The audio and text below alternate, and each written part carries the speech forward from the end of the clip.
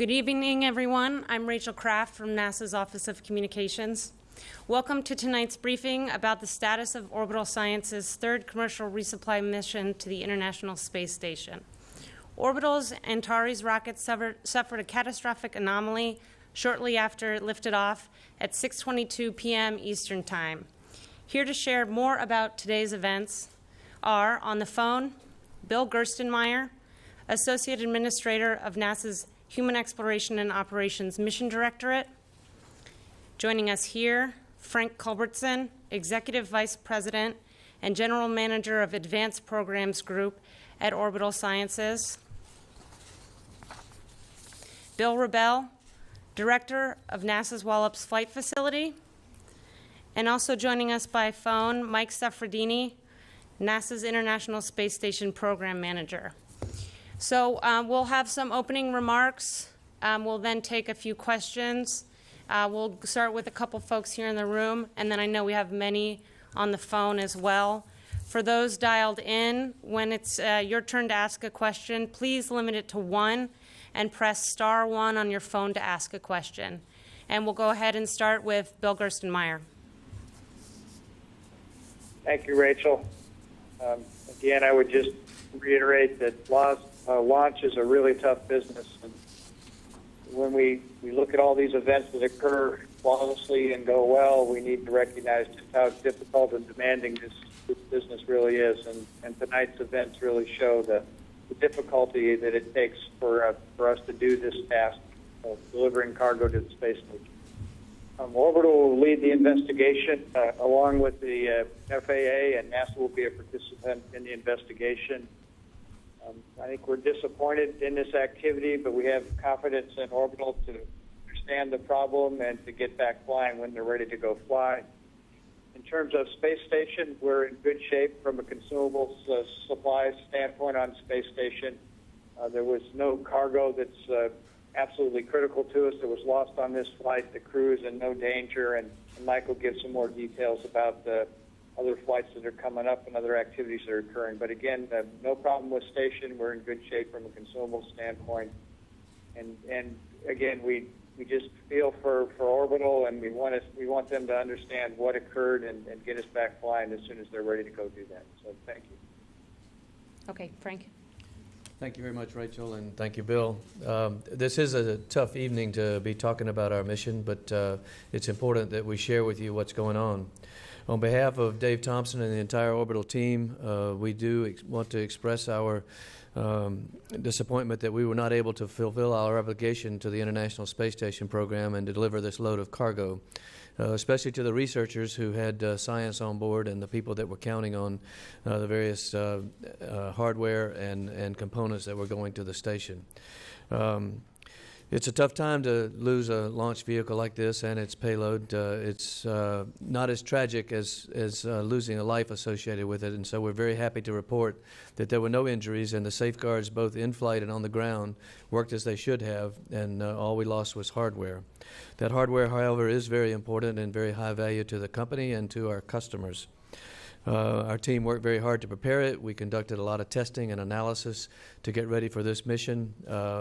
However, something went wrong, and we will find out what that is. We will determine the root cause, and we will correct that, and we will come back and fly here at Wallops again, hopefully in the very near future. But we will do all the things that are necessary to make sure it is as safe as we can make it, and that we do solve the immediate problem of this particular mission.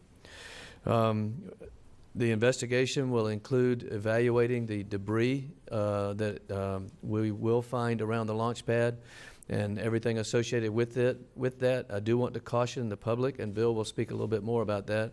This is an accident site, and it is a rocket, and it had a lot of hazardous equipment or hazardous materials on board that people should not be looking for or wanting to collect souvenirs over.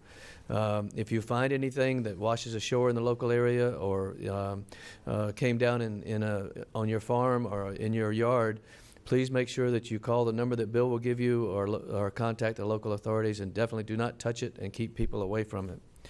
We'll also be evaluating the telemetry. We have reams and reams of data that comes down from the rocket during launch, and we will be analyzing that carefully to see if we can determine exactly the sequence of events, what went wrong, and then what we can do to fix it. We also have video evidence that we'll be evaluating to help us with the investigation. So we've got a team that's going to start first thing tomorrow morning at daylight locally on the island, but we are starting now to take a look at the data and determine where the problem started. We've got a very professional team working that, led by our Accident Investigation Board and its chairman, and they have already begun their work. We will determine corrective action. We take our jobs very seriously. Orbital, as most companies that are involved in this sometimes high risk but always high energy business, had to be prepared for things not going exactly as planned. And we will look very carefully at what might have happened here. And we will come back to Wallops, as I said. We will fly again as soon as we can safely, with confidence, and as soon as we can start delivering cargo to the space station again. I'll be happy to take some questions when this is over, but before I finish my remarks, I'd like to also express my thanks to the NASA, Mars, and all the local folks in the area who have been helping us deal with this situation and move forward. We had a tremendous team working the launch, coming from the government and from the state of Virginia and from our own team, and they worked very hard to get to this point. It's a big disappointment to not be able to successfully deliver that cargo, but as I said, we will do that in the future. Thank you very much. Bill? Thank you. So from a Wallops perspective, we worked diligently, certainly with local authorities and with the partners, to basically make sure from a safety standpoint the areas were clear before, during, and then certainly after the launch. We obviously had set up hazard areas as we would normally do for an event like this. And so all that was in effect, and as I just mentioned, all those areas were clear. Frank had also indicated, at least at this point, we have no reports of any injuries, which is always very good news. Our preliminary reports show that damage was contained to kind of the south end of Wallops Island in particular, in that predetermined hazard area. So that's predominantly where many of the pieces came down, but as Frank suggested, you know, there is a fair amount of scatter, and certainly as it hits the water, it'll likely float into other areas. Emergency responders have been on the scene since the event, and they're still have it locked down tonight. As Frank mentioned, we'll hit the area hard at daybreak and start collecting and cataloging the data. You know, we plan for the possibility of a failed launch attempt. Obviously, we hope that that does not occur, but as has been mentioned, that happens from time to time. And our job, first and foremost, is to guarantee public safety. Orbital-led team will take over the investigation of the explosion and pick up more and release more information as it becomes available. And as Frank said, as a result, there may be a possibility of debris washing up onto some of the beaches, into some of the areas surrounding the island. If people do find any debris or anything that might be suspect, something that doesn't look familiar, we would ask that you stay away from the area and please call our incident response team. And the number is 757-824-1295. And so again, our incident response team, their phone number is 757-824-1295, and we'll get that out more widely, certainly afterwards. But I just want to say thank you in advance for working with us as we kind of pick up the remains from this scene. Thank you. Okay, Mike. Of course, we are very disappointed with the events of this evening. The Cygnus spacecraft is a significant part of the logistics capability that supports ISS and makes us the success that we have been to date. But we have every confidence in the Orbital team and their ability to get to root cause, resolve the issues, and get back to flying to ISS. As a program, of course, we manage the station to protect for just such an event should it occur. So therefore, we keep logistics on board the ISS that protect us for about 4 to 6 months in the event that other logistics vehicles can't make it to ISS. So in fact, our logistics on board today, if no other spacecraft showed up, takes us well into next year. And so from a consumable standpoint, as Mr. Gerstenmaier talked about earlier, we're in good shape. In addition to that, tomorrow morning at 2:09 p.m. Central Daylight Time, I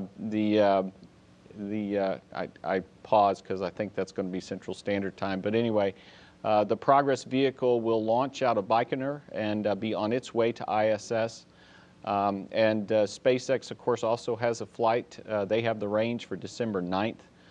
Given the logistics on board and these spacecraft, we will continue to do the research work we have to do on board.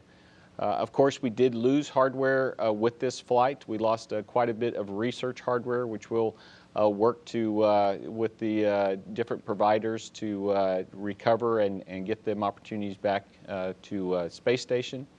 In addition to that, we lost some spares that we'll have to, of course, replace, and we'll do that over time. But the station's in great shape. The crew's in good shape. We've got plenty of work for them to do on orbit and plenty of supplies on orbit to keep them going for quite some time. So while this event is very unfortunate, we will support the Orbital team as they work through their anomaly and continue to operate station well into the next several months while we wait for Orbital to return to flight. Thank you. Okay, thanks, Mike. Thanks to all of you. We'll take some questions here in the room first, and then we'll get to the questions on the phone. If you would please limit your question to one each, and please also state your name, affiliation, and to whom you're addressing your question. Let's start here with Ken Kramer. Hi, Ken Kramer, Universe Today and America Space for Frank. Can you tell us anything specific? Do you know anything specific indications of what happened with this rocket? Did the engines fail? And when it happened, did the second stage break up? Kind of give us a sequence of what you know so far. Thanks.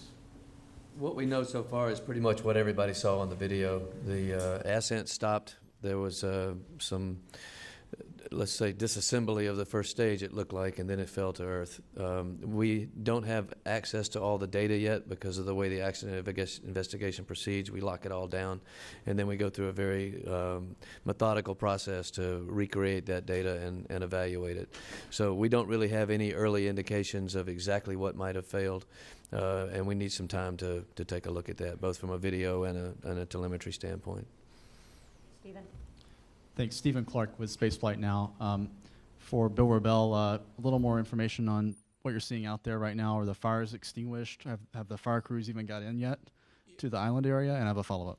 Yeah, the fire crews have gotten into the area, and basically we've just kind of set up a perimeter around. As a result of it kind of being dark out there, we know we've got some solid propellant in the area, and so we're just basically letting the fires kind of burn out, but they are contained. We've got people basically in the marshes, the ocean side, as well as on the island, south end of the island there. And a question maybe for Bill Gerstenmaier or Mike Suffredini. The way the contract works, does Orbital have to refly this mission now on their own costs, or how does that work contractually with who pays to refly this equipment? Thanks.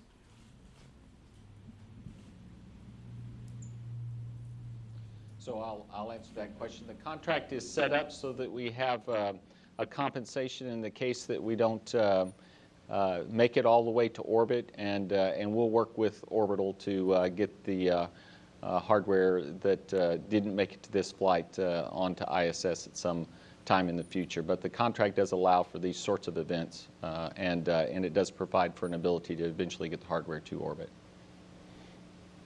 Okay, we'll do one more here in the room, and then we'll go to the phones. Robert Perlman with CollectSpace.com for Frank. Just to clarify, was there a range safety call on this? Did the flight termination system activate? And at what point did you see it, or did the team see in the room the first indication that there was something wrong? It began to go wrong around 10 to 12 seconds, I believe. I don't have the exact time. I do know that range safety initiated the flight termination system around 20 seconds, maybe a little bit before. So most of this happened in the first 20 seconds of flight, and it was fairly quick. Okay, we'll take some questions on the phone now. As a reminder to those of you on the phone, please press star 1. And we'll start with Jeff Rubio from NPR. Oh, hi there. Jeff Brumfield from NPR News.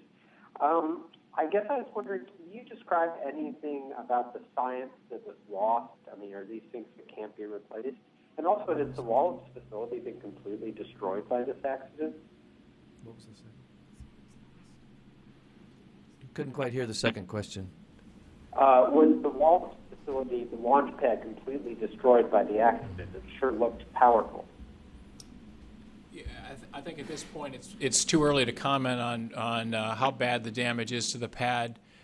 We know there was some, but we also know that some of the systems still remain intact as we're seeing some of the pressures still reading down there in the pad area. So we don't know the extent of the damages yet until we can get in there tomorrow. But we know that certainly there was some. We just don't know the extent. Okay. Did you want to add? Did you want to ask Seth the... Sure. So, Mike, there was also a question about the science. Can you offer a few more details about the science on board?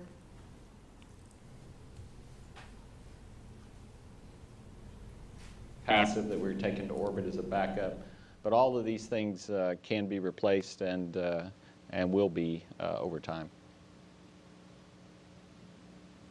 Next on the phone, I believe we have the Associated Press. Yes, this is Seth Bornstein at the AP. Thank you for doing this. I guess for Frank, I know it's very early for...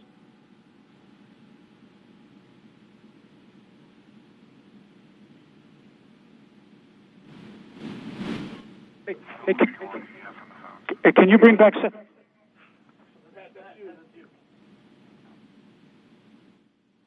Room.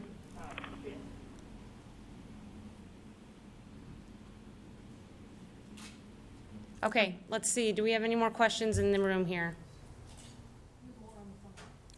I think we're having trouble with the phone. Go ahead. Hi, I'm Lily. I'm from 47 ABC. So you said now that those who are on the International Space Station, what happens to them? How are you going to get more supply to them?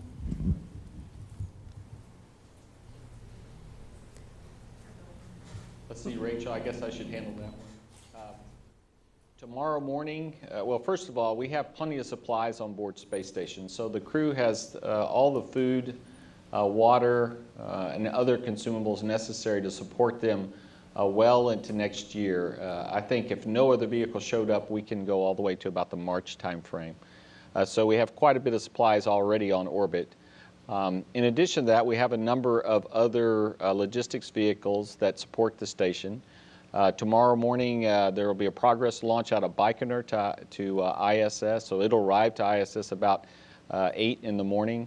And then about a little over a month later, the SpaceX vehicle has its next flight to ISS. They're currently on the range for the 9th of December.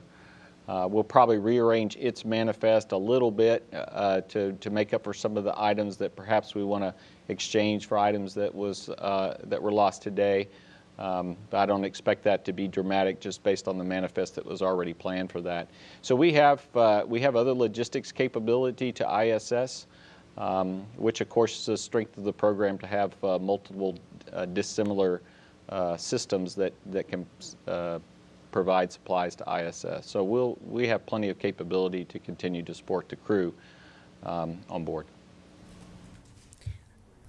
Okay, next on the phone we have Irene Klotz from Reuters. Hi, thanks very much. I have two questions for Frank. The first is I missed what you were saying about whether range safety actually triggered the breaking apart of the rocket, or did it start to break apart and then the signal was given? And also, can you just maybe give us a little update on the H826 engine mishap in May, and if that's any at all possibly related to this? Thanks. Irene, the sequence of events was that we observed the failure both in telemetry and visually. Shortly after that, my understanding is that the range safety officer sent the destruct command, but I don't know the exact timing, but I do believe they sent it before it hit the ground. And as far as the AJ-26, we need to go through this investigation and be very thorough before we determine whether that's a factor in this or not, and if it is, whether there's any relationship to any of our other experiences with the engine. Okay, next on the phone we have Frank Mooring from Aviation Week. Thank you. Frank Culbertson, could you please tell me if you have any reports of damage to the vehicle processing facility and also the status of the vehicle, or I think more than one vehicle that's inside being processed? Thank you. Frank, all the damage seemed to be confined to the pad area, but we don't know the extent of that yet. The folks from Mars and NASA will be, along with us, will be out there tomorrow morning to take a look at that. Right now, it appears that most of the tankage, as Bill mentioned, is still holding pressure, and that's some of the critical components. As far as we know, there was no impact to any of the other processing facilities, either on the island or in the vicinity. And Bill, I don't know if you want to say anything further about that. Yeah, no, I hadn't heard anything, and I think right now we've just kind of locked down the area until we can get some of the debris fields marked out, and then we'll go in the morning. Yeah. The horizontal integration facility is actually outside the danger area that we close off for the launch itself, so it's unlikely that it was exposed to anything. Okay, next on the phone we have KHOU TV. Can you just describe for me what comes next? What are the next steps as far as investigation goes and trying to determine when that facility might be able to be used again? I'll do what I can. We at Orbital are in charge of the investigation, but we are being supported very well by NASA, Mars, and the FAA. And they've offered every assistance to us as we go forward with this investigation. It's kind of a three-pronged initial approach. One is to get out to the accident site, to the launch pad, and tag, locate, and eventually investigate as much of the hardware and debris that we can recover to see if it has any linkage at all to the cause of the accident, and also to learn from it. We also need to evaluate all the telemetry, and we had many channels of telemetry coming down from the vehicle, both internally and externally, being tracked, et cetera. And so we have to evaluate all of that, and that will take some post-processing, and some very sophisticated evaluation of what we learned from that. In addition, we have dozens of cameras that were trained on the vehicle and the range as we lift it off, and they're all going to have to be evaluated also to see if we can learn anything from what we see in the video. It's a little more challenging at night, but we have some very good cameras. NASA has some excellent cameras, and over time we will do the analysis necessary to see what we can learn from that. Okay, next on the phone we have Fox News Radio.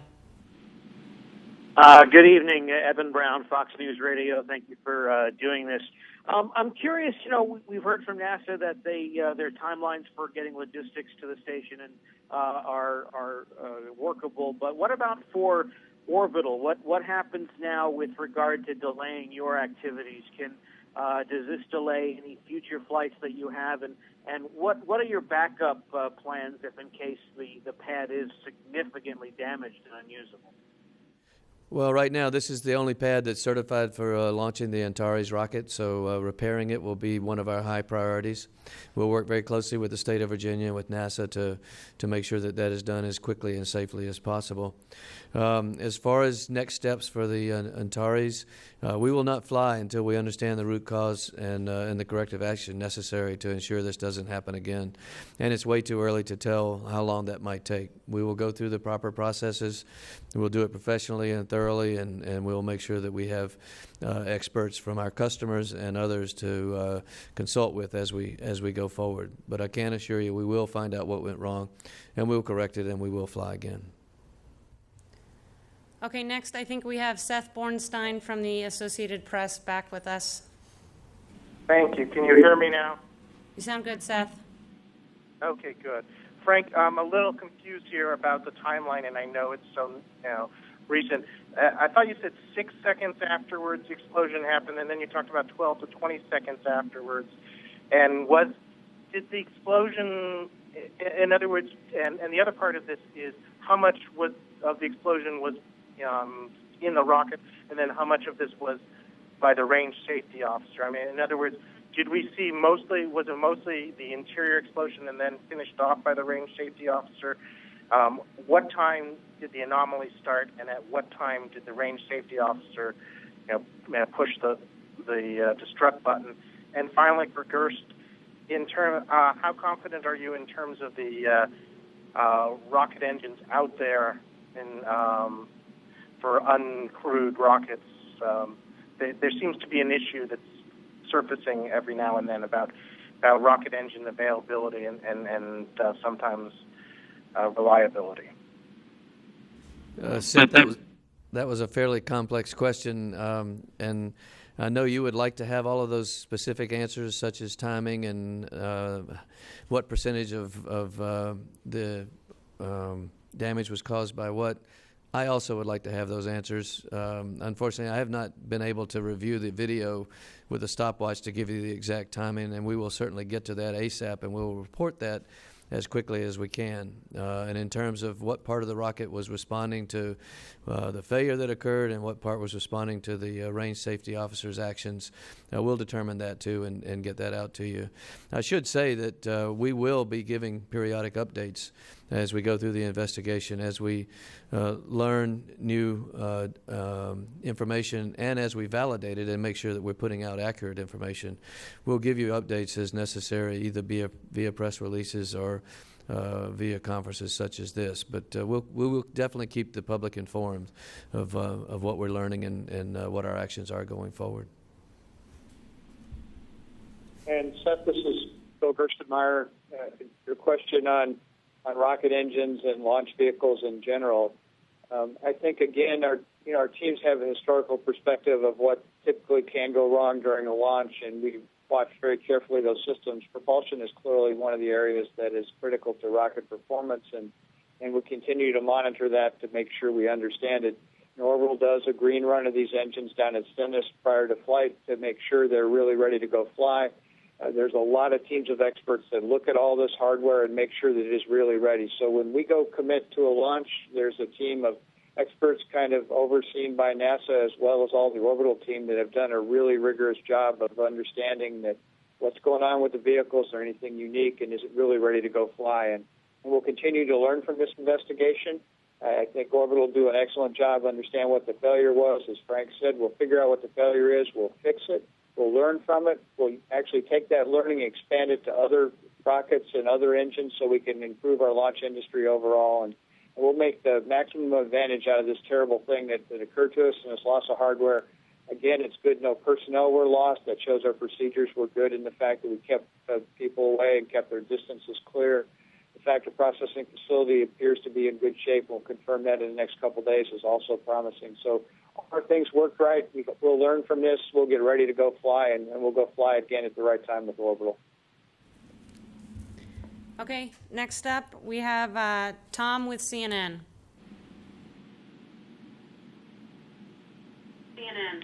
Thank you. My question was answered. You can move on. Thank you. Okay. Do we have Eric Berger from the Houston Chronicle?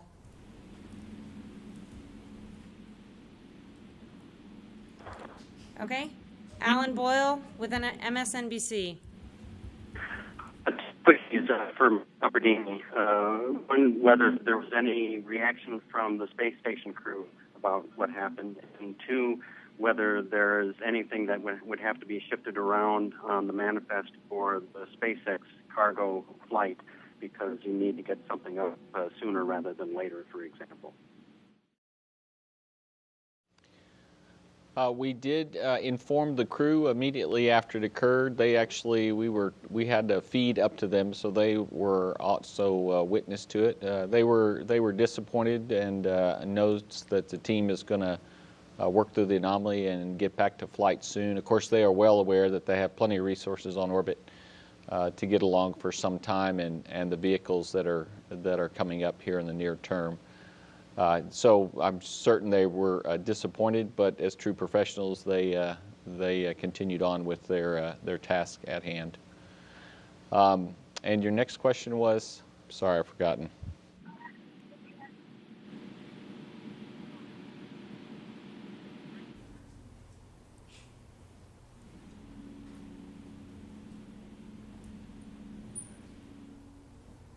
Thank you. You had asked about flow to try to determine what we need to do. There is potentially one item that I know of, at least this evening, that we'll probably have to think about. We had a oxygen resupply tank on the Cygnus spacecraft that was going to ISS. I'm sorry, it was a nitrogen resupply tank that was going to ISS. On the SpaceX vehicle, we have an oxygen version of that same tank, but given that we didn't get the nitrogen to orbit, we'll probably change that out with the oxygen tank on SpaceX 5 will probably be changed out to a nitrogen tank. Then there's probably a number of other things as we look through the manifest and look at what we have on orbit and what's coming up on SpaceX that we probably will change out. But we haven't worked through all of that quite yet. Okay, next on the phone, Miriam Kramer with Space.com. Hi, thanks very much for taking my question. So I am wondering, is there, I guess I want to ask about the kind of best case scenario. So is there a failure that might be easier to recover from than another? Well, the answer to that is yes. There are failures that would be easier to fix than others. We really don't know what it is yet, and that's going to take some time. Okay, next we have Jeff Faust. Hi, question for Frank Culbertson. Was the launch and the Cygnus spacecraft insured, or the cargo as well, for that matter? Orbital does carry some insurance on launches. The amount varies depending on a variety of factors, but yes, there was some insurance on there. Okay, next we have Eric Berger from the Houston Chronicle. Hi, I'm sorry. I'm sorry you couldn't hear me before. This question is for Gerst. I know there are no obvious shared dependencies between the Antares and your commercial crew vehicle. But with regard to commercial crew, are you concerned about how congressional critics will perceive this launch? Yeah, I would say in the past I've been pretty open with my congressional friends in Washington, explaining how difficult our launch business is, and you know, as much as we didn't really want to have a failure, we needed to be prepared for a failure, and I think we were prepared for this failure, as we've described earlier, and as Mike described, we were prepared from a consumable standpoint on orbit to essentially have the right equipment there. So, again, I think the thing that's important is that we don't overreact to this failure, that we really understand what occurred. We let the orbital team run the investigation. We understand what happened. We fix it. We fix it with some confidence, and then we get back flying again, and that's important overall. So, again, I think this just reminds us how difficult this business is, how careful we have to be, how the small things really matter in this launch business, and we just need to watch that as we go forward. So I don't see this as a problem or a concern for us in the future. It's just more awareness of what we're trying to go do, and it's not easy. And to don't let the teams get overconfident as we move forward. Don't think this is easy, and we'll make sure we do the right things as we move forward. So, again, I think we'll learn from this, and I think this will be valuable for us as we move forward. And it will also help us in our understanding of crew and crew transportation. We'll learn from this event. We'll take the lessons we learned here in cargo, where we can afford to have some problems with cargo and still be prepared. And when we get to crew, we'll take this lessons learned to heart, and we'll improve our capabilities to launch crew. Okay, next on the phone we have James Dean with Florida Today. Hi, thank you. Frank, just understanding how early things are and not knowing the pad's condition, I just wondered if, based on your experience, you could give us kind of what you think is like a minimum period of time that you'll be grounded? Would that be, presumably something like 6 months or maybe longer, or just a ballpark guess based on your experience and not knowing all the details yet? Well, based on my experience, it's too early to make any kind of a guess like that. And every time we've made estimates like that, we're almost always wrong in one direction or another. So we need a few weeks, I think, to evaluate the failure that occurred, start making some plans on how we would correct it and how long that might take. The folks that operate the pad need some time to evaluate that and see what kind of damage has been done to the pad and get through their process of engineering and analysis to figure out what we need to do to bring it back to full operation. So that's going to take a few weeks in and of itself, my guess.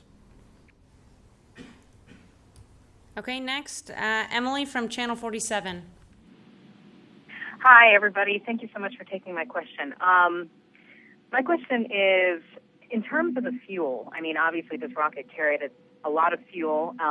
In terms of the debris, you're very clear about what was going to happen in terms of cleanup and what people should do if they happen upon some debris. But what's going to happen in terms of cleanup of fuel in the area? And does it have an impact on the environment or just residents in the area? And is there a remediation plan in place?